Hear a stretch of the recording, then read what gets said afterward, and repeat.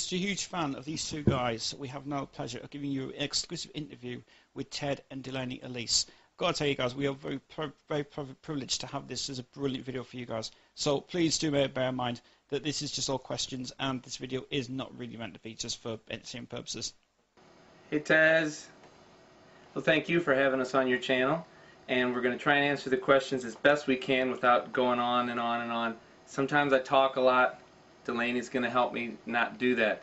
So you go ahead and ask us whatever questions you got. We'll do our best. We'll start for you, Ted. How long have you been writing your own material? It's going to make me sound really old. About 40, about 40 years. That sounds terrible when you say it out loud. I've been writing my own material for about 40-ish years. Right around in there. When She's a Big Guitar was written, was Shine for the first album the same idea or song? That seems like a long time ago, Tez. What how many? 2? 3 years? Yeah. It was not intentionally the same idea. You know, we work on so many songs, and myself, I've probably written, it's right around 300 songs. So probably you get a little bit of the same phrasing and stuff. If I'm remembering it correctly in my head, those songs are in the same key, so they sound right off the bat, they're going to sound a little bit similar.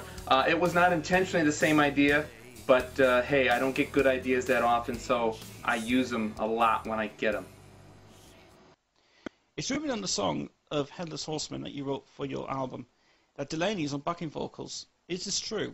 And is your son playing drums as well on the track? Delaney has mentioned before that when I sing high, when I sing up high, that we sound a lot alike. She says sometimes she can't tell the difference. Is that right? Yeah. She did not sing backup on that song. And as far as my son playing drums on that song, he did not play drums on that song. He's a guitar player, and I think we might see a project from him in the next year also. And I'm guessing that he's going to do some work with his sister, and they might come up with a couple things on their own so that Dad can get a little bit of rest.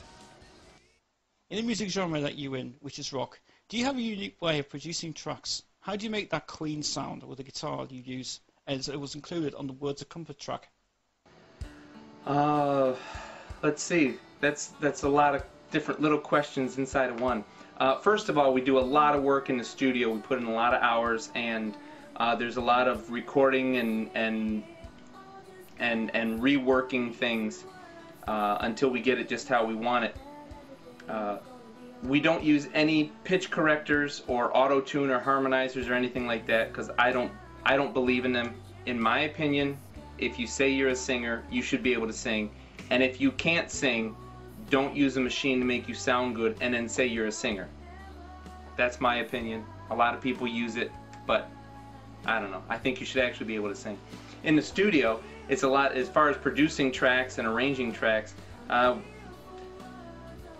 We don't really have a method. We just work at it till we get it how we like it. And as far as Words of Comfort, by the way, which is the only song that we've recorded, that's the only original that Delaney and I have recorded that we didn't write. We produced it and arranged it, but it was written by a friend of ours named Jannica from Holland. Very nice young lady. All these years, that's the only song that we've done that we didn't write, and we thought it was just such a great song, and she gave us the opportunity to do it, so we did it, and it turned out really well. The guitar, that type of a guitar sound is essentially just layered harmony guitars with a pretty healthy mid boost around 400 to 600 hertz. So if you're looking to achieve that sound, that's kind of what you got to go for. I think that answers that. Fans around the world who I knew so much are so big fans of the song Pecan Tree. It's become one of the most heaviest rock songs ever produced. How did it evolve into such an excellent production using influences from James Hetfield and Brian May on the track? Can you show us how you actually did the track? Pecan Tree is one of our favorite songs that we've done together. I know it's one of Lainey's favorites. Correct? That is correct. It is one of her favorites. The production on it, you know, what we did was we layered the guitars. So first we got a pretty heavy sound on the guitar, and we layered it to make it even heavier. It makes it very dense, very thick sound. And the vocals are also multi-layered. And as far as James Hetfield or Brian May are concerned, we don't necessarily try and sound like anyone else, but what we do is we take our inspiration from how hard they used to work in the studio. If you listen to Metallica recordings, if you listen to Queen recordings, Electric Light Orchestra recordings, these were people who go into the studio and they shoot for perfection. And we like to have fun with our recordings, but it's important to us. So we try to be very exact on how we record things and how they come out, and if it needs to be re-recorded, we re-record it. You know, we try not to settle for anything less than exactly what we want. But as far as how to produce it, trial and error.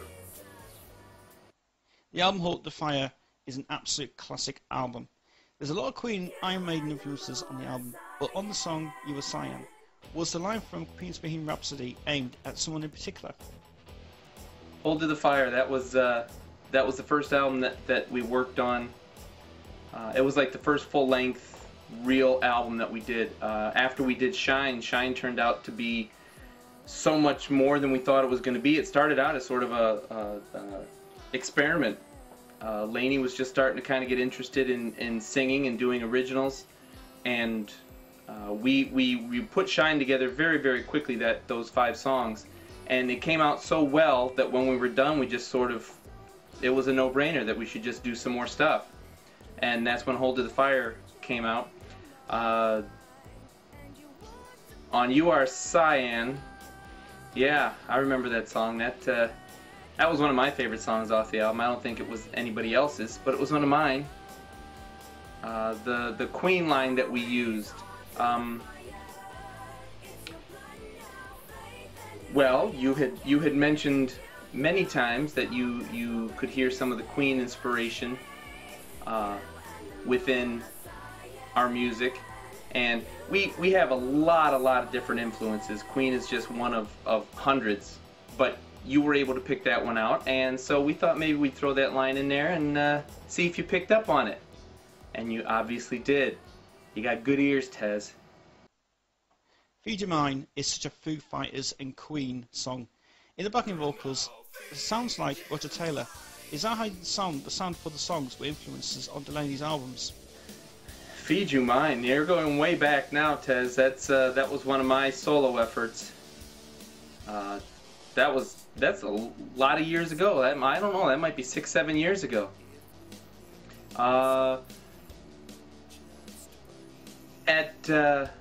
It was around that time that I started experimenting myself with multi-layered background vocals to get different effects. And so yeah, that carried over into Delaney's projects. We use a lot of the same techniques that I sort of experimented with on my albums. Once we got them to where they worked and sounded good, then we started using them on her records also. On her CDs. I'm old. So, not necessarily Roger Taylor, but that same sort of ELO sort of layering of background vocals is something that we have worked on, yeah. Questions for Delaney. Coming from Detroit, were you influenced on Motown or different styles of rock music influenced by your dad? I'm nervous because you're sitting there. It's okay. All right. Just act natural. Just talk. We've been inspired by a lot of things. We like to listen to a wide range of music, from Motown to Chanting Monks. Chanting Monks is good. And I am inspired by a lot of the music my dad listens to. He listens to like rock and then other stuff. swing, and yeah, I guess Motown has kind of influenced a little bit. It's pretty good. Is all the songs written for all albums written by you and your dad? And how does the writing process work? The writing process, all the songs that have appeared on all of our albums, we have written. All the songs for, let's see, Shine, Hold to the Fire, Graceful Fury, Acid Rain, Strange Magic, Harmonic Distortion, which is her latest album, available now on iTunes. Yeah, we wrote all those. As far as the process goes, I don't know. We usually just sort of come up with like a framework of an idea for a song and sort of put a loose version of it together, and then we work out. Delayney usually comes in at that point and starts working out some of her vocal phrasing and the harmonies that she's going to use. That's my favorite part. You know, when we get to do that, because I don't have to do anything except say yes or no.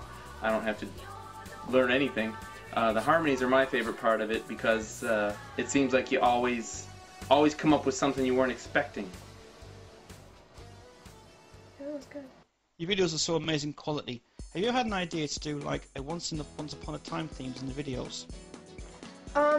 We did kind of a Once Upon a Time with Oleander. I guess that could probably be another one. We just kind of have the idea. You know, whenever we get the idea, we just start putting a video together. It is nice though. That's really popular right now. Yeah. A lot of new TV shows and movies based on Once Upon a Time type themes. We're gonna keep that in mind. Thank you. Being a huge fan of you, I love the way you do cover songs. One example is Here Comes the Rain, which was a cover of the Eurythmics. Would you consider doing a Queen cover, say Don't Stop Me Now or Barracuda by Heart? I love Don't Stop Me Now. I love that song. It's got everything in it. It's got great vocals, great harmonies, great guitars, great beat to it, clever lyrics. I love that song. It's a great song. That wouldn't be a terrible one to do. What do you remember when we did Eurythmics? I don't know. It was like at least 2 years ago. It was. I remember working on it though, because we used there was a third and a fourth harmony that we used that they didn't include on their version, but the song lent itself to those additional harmonies, so we went ahead and we put them in. We had a lot of fun doing that song. As far as covers in the future, that's pretty much the only cover I think I've worked on with Delayney. I think she works on the other ones herself. You do all the other ones yourself, don't you? Mm-hmm. I don't, you know, with Delayney's getting ready to start college soon, so I don't know if we're going to be doing too much more for a little while, but Don't Stop Me Now would be a great song to do a cover of. I love that song. Did I say that? Mm-hmm. In future projects, I can see you signing with Roadrunner or another company. Will this ever happen? I think we'd sign with almost any company right now, because I don't want to make it seem like we're negative about it or that we're in it for money. We're definitely not in it for money. We're in it because we love doing it. We normally on iTunes, you know, we post the material on iTunes, and we usually sell just enough to pay for the next posting. And it's getting more expensive all the time. If a record label wanted to step in and sign Delayney, or you know, sign Delayney with me on as what would you call it, creative consultant, that would be cool. The track Watch Me Now, was this an updated version of Livin' La Vida Loca by Ricky Martin? Hold the Fire. If that's the album. Okay, Watch Me Now was from Hold to the Fire. How long ago was that? I don't know, a couple of years, 3 years. Love that song. A while. Yeah, I love that song. That was a great song. We had a lot of fun working on that song. We did not purposely style it after La Vida Loca. They probably sound similar, because I remember that we used a we used a Latin style beat and that sort of classical guitar progression that's pretty common in a lot of Latin flavored numbers. But you know, if you were going to copy a song, Livin' La Vida Loca would be a great song to sort of base your song on. That song, that's such a well-written song. It's got nice groove. They did some nice things with different dynamics in different sections of the song. And nothing against Ricky Martin. You know, anyone could have sang that song, and it would have been a great song. It was a very well-written, very well-produced song, and Ricky Martin simply made it a little bit better. I'm such a huge fan of your music. Would there be a chance to write and arrange with you guys on other projects as in the future as you guys rock so good? Oh wow, I haven't thought about the future too much at this moment. We're in the middle of a project right now. Delaney's getting ready to start college soon. So I imagine that we're going to slow down for a while. Probably take a break. But I'm sure we're going to be doing some more projects in the future. And you know, if you've got some arrangement tips or production tips or anything that you want to send my way, I'm always happy to listen. Producing music, we love doing it, but it can be very challenging sometimes. And if you know of any little tricks of the trade there that you're not telling us, hey, let me know. Well, thanks so much for all the questions you've answered me. It's really amazing indeed. Now a little bit of a surprise for you guys. We put together basically a track with Pecan Tree, and what we've done is we've mixed it with James Hetfield's vocals from Enter Sandman, and we've also put it on the end of this video, so I hope you enjoy it as well. But thanks so much for answering the questions, and it's great to see you two rocking so good. So keep up the good work, and you're amazing. I'll rock on. Okay, you mixed Enter Sandman by Metallica with Pecan Tree. That's going to be very interesting to hear. I'm trying to put it together in my head. It should be pretty cool, I'm guessing. And thank you so much for having us on your channel. Thank you for always watching, and you leave fantastic comments, and I always look forward to reading what you're going to say about the newest thing that we put on. All right, we'll catch up with you later. Thanks again for having us, and keep spreading your love of music all over the world, Tez. Look forward to seeing what you're going to do here at the end. Bye. Yeah, yeah!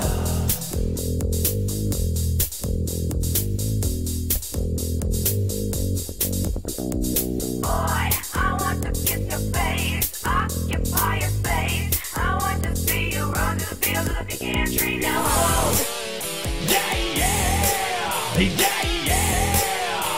Rock the never land. I will not hesitate to let you go if you're not going to try. I will not tolerate another date where all we do is cry.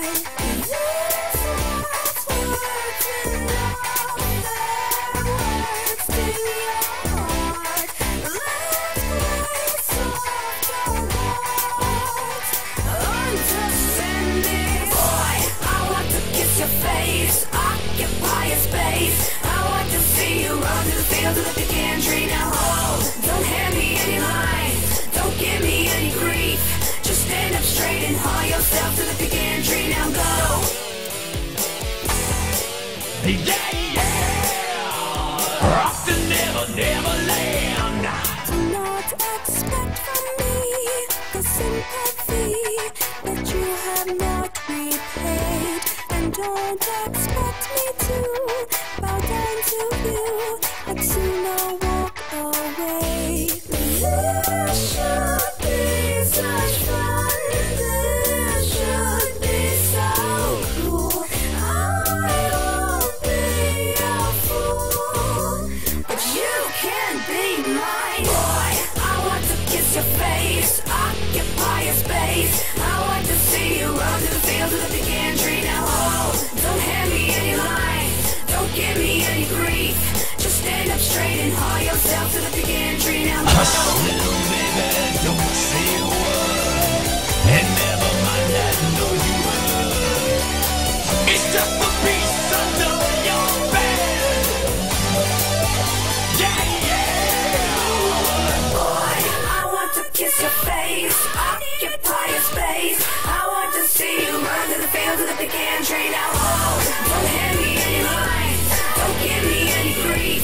Just stand up straight and haul yourself to the pick and tree. Now go. Haul yourself to the pick and tree. Now go. Yeah.